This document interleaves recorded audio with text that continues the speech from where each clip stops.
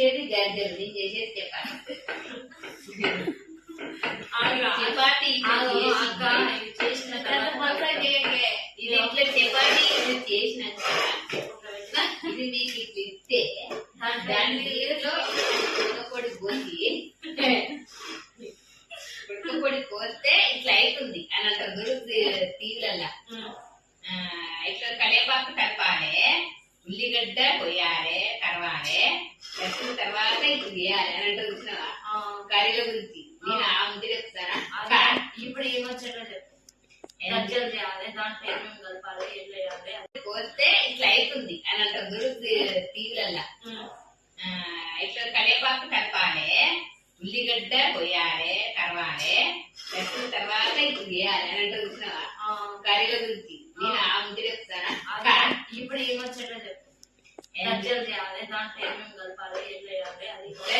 గోధుమ పిండి పిసుకాలి, గోధుమ పిండి పిసికినాక ఇట్లా వాటర్ పోసి పిసికినాక ఇట్లా రాకాలి, ముద్దలు వేసి ముద్దలు వేయాలి, చేసినాక ఇట్లా రాకాలి.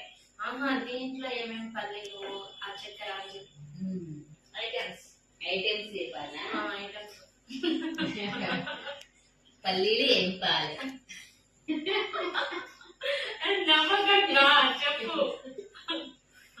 రవ్వ ఏంపాలి, రవ్వ చక్కెర మిక్సీలో పట్టి రవ్వ ఏంపాలి, రవ్వ చక్కెర మిక్సీలో పట్టి చక్కెర కలపాలి, పల్లీలు మిక్సీలో పట్టాలి.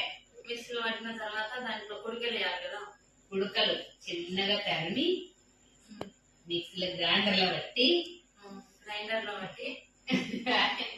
బట్టి ఈ రవ్వ పొడి, ఈ చక్కెర, యాలకులు, మళ్ళా యాలకులు కూడా మర్చిపోయాను.